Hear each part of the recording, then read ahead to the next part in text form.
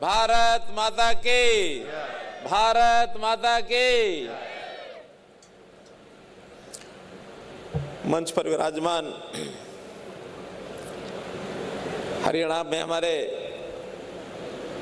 मुख्यमंत्री मान्यवर श्री नायब सिंह सैनी जी हमारे बीच में इस कार्यक्रम की अध्यक्षता कर रहे पूर्व सांसद सरदार गुरदयाल सिंह जी सैनी, और अभी अभी जो ताज़ा जानकारी मुझे मिली है, यहाँ के अपने जो विधायक से बने हमारे मंत्री श्री सुभाष सैनी जी,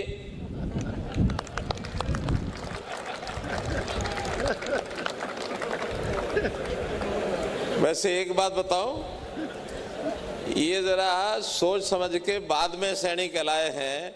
अगर मुख्यमंत्री बनने से पहले सैनी होते तो शायद इसका नंबर भी नहीं पड़ता,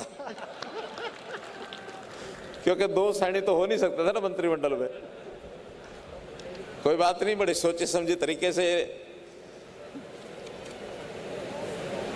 हमारे बीच में उद्योगपति श्री अंशुल खंडवालिया जी, श्री बालकिशन सैनी जी,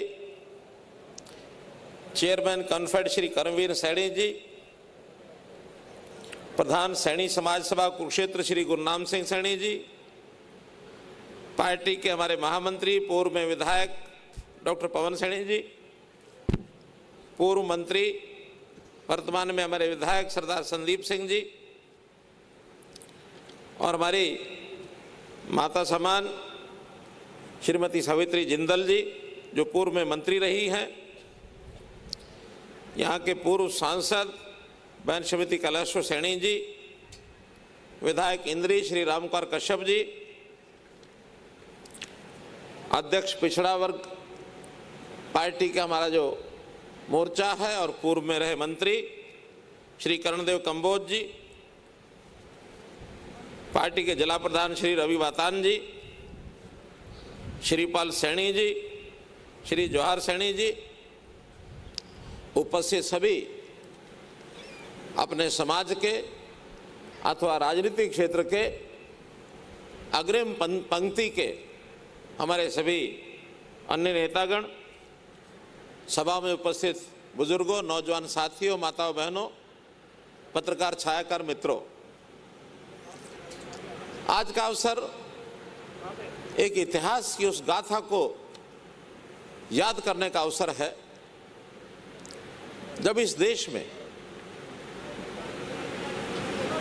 गरीब समाज का कोई भला चाहने वाला विरला ही होता था, समाज सुधारक इस नाते से भी कोई कोई नाम होता था, महिलाओं की शिक्षा का विरोध होता था। ऐसे समय में महाराष्ट्र में जन्मे, जिनको हम जानते हैं, जिनका नाम ज्योतिबा फुले के नाम से हम जानते हैं,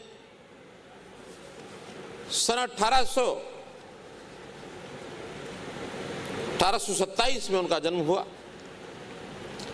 मैं कह सकता हूं कि उस समय एक बालक ज्योतिबा फुले का जन्म हुआ, ऐसा नहीं है, बल्कि एक ऐसा व्यक्तित्व जो न्यायमूर्ति के रूप में, समाज सुधारक के रूप में, एक वैचारिक के रूप में, एक लेखक के रूप में, जिन्होंने समाज को एक दिशा दी, ऐसा वो व्यक्तित्व था। उस व्यक्तित्व की गाथा आज भी हमारे लिए प्रेरणा का स्रोत है। अगर मैं कहूं कि ऐसे ही महानुभावों से जिनका इतिहास में नाम चमकता है, उनसे प्रेरणा पा करके अगर हमने पिछले 9.5 साल में, जिसमें मुझे 9.5 साल मुख्यमंत्री रहने का एक सौभाग्य मिला, हमारे वर्तमान मुख्यमंत्री भी उस समय मंत्री थे, बाद में ये सांसद बने, पार्टी के अध्यक्ष बने, आज हमारे बीच में मुख्यमंत्री रूप में हैं। हमने भी अगर प्रेरणा ली है तो ज्योतिबा फुले जैसे व्यक्तित्व से कि समाज को किस प्रकार से आगे बढ़ाना चाहिए, खास करके गरीब समाज, अनपढ़ समाज, उसकी भलाई के लिए कैसे हम आगे बढ़ा सकते हैं, योजनाएं बना सकते हैं।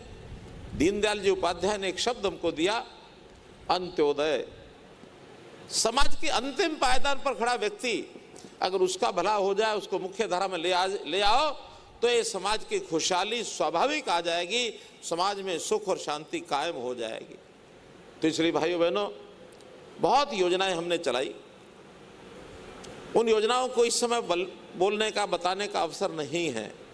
किसी न किसी अन्य सभाओं में ज़रूर आपके सामने वो रखी जाएंगी कि कैसे हमने, प्रधानमंत्री जी नरेंद्र मोदी जी ने गरीब के घर में राशन पहुंच जाए, गरीब के सिर पर छत हो जाए, उसके घर में पानी का नल पहुंच जाए, बहन बेटी माता हमारी वो घर में खाना बनाती है, धुएं से उसका शरीर, आंखें खराब होती हैं, उसके घर में कैसे रसोई गैस सिलेंडर पहुंच जाए। कितने ही काम किए एक एक परिवार को संभालने के लिए कि जिसकी आवश्यकता है उसको चक्कर ना काटना पड़े, हमारे यानी राजनीतिक लोगों के घरों पर आकर के भीड़ न लगानी पड़े, बल्कि घर बैठे उसका काम होना चाहिए। चाहे वो ऑनलाइन ट्रांसफर पॉलिसी है, चाहे घर बैठे योग्य व्यक्ति को नौकरी देने की बात है, चाहे आयुष्मान कार्ड बनाने की बात है, चाहे बुजुर्गों की, हमारी विधवा बहनों की, और अब तो हमने जो हमारे विधुर भाई हैं, विधुर बहन के पति का देहांत हो जाए, विधवा कहलाती है, उसकी आवश्यकता है, ठीक है, लेकिन बहुत ऐसे भी हमें व्यक्ति मिले जिनकी पत्नी का देहांत हो गया, बच्चे छोटे छोड़ के चली गई माँ, उन भाइयों को भी जरूरत है, ऐसे विधुर भाइयों के हमने पेंशन चालू की है भाइयों। तो ये सब चीजें उनके घर बैठे मिलती हैं। शिक्षा, और शिक्षा का उल्लेख मैं करना चाहूंगा, इसलिए सावित्री नाम बड़ा नाम है। सावित्री एक पवित्र नाम है। आज मैं दो सावित्री को याद कर रहा हूं।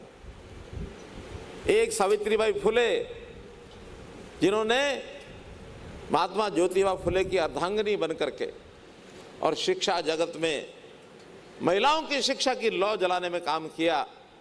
और एक हमारी माता समन सावित्री जिंदल यहां बैठी हैं। समाज सेवा में ये परिवार भी कम नहीं है। गरीब की सेवा, समाज की सेवा, यहां तो शायद उतनी जानकारी हम लोगों को नहीं मिलती होगी, लेकिन हिसार की जनता जानती है। इस परिवार का दरवाजा हर गरीब के लिए खुला है। उनको भोजन की बात, उनको मकान की बात, उनको कपड़े की बात, उनको दवाई की बात, उनको मकान की बात, सब सेवा ये करते हैं। तो ऐसी सेवा के प्रतीक, जहाँ तक महिला शिक्षा की बात है, उस समय आज से कितने 100 साल से ऊपर, 125 साल हो गए, बल्कि इससे भी ज़्यादा समय हो गया, 150 साल पहले बच्चियों को शिक्षा के लिए अगर कोई घर से भेजता था तो उस परिवार का बाइकाट होना शुरू हो जाता था कि बेटी को शिक्षा के लिए आप नहीं भेजोगे।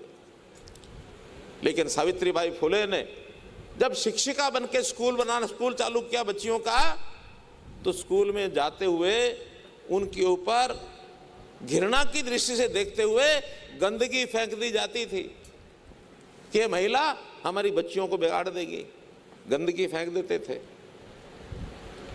एक साड़ी अपने साथ थैले में डाल के ले जाती थी सावित्रीबाई फुले।